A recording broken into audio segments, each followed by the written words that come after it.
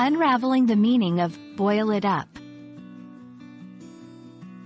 Hello, dear viewers. Today, we're diving into a very interesting English phrase, boil it up.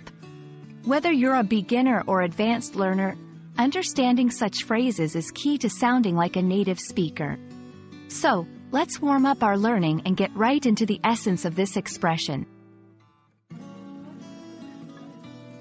When you hear, boil it up, the first thing that might come to mind is the literal action of boiling something, typically water or food.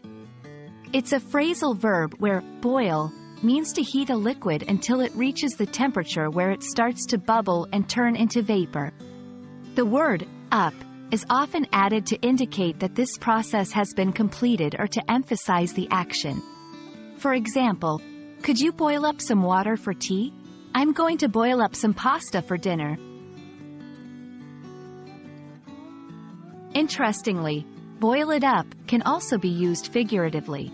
In a non-literal sense, it might mean to cause emotions to become more intense or to bring a situation to a point of excitement or tension. For instance, the crowd's excitement was boiled up by the speaker's passionate words. The debate really boiled up when the controversial topic was introduced. Let's look at some contexts where this phrase might pop up. In cooking shows, instructions or recipes, you might often hear, boil it up, referring to the preparation of a meal. In sports or competitive events, commentators might use it to describe the rising tension or enthusiasm.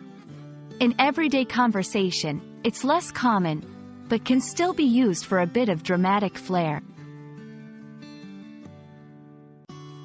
And that's the essence of boil it up. From kitchen pots to stirring emotions, this phrase holds a cozy spot in the English language.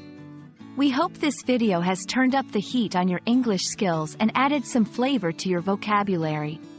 Keep practicing, and you'll be boiling up your English proficiency in no time. Until next time, keep learning and stay curious.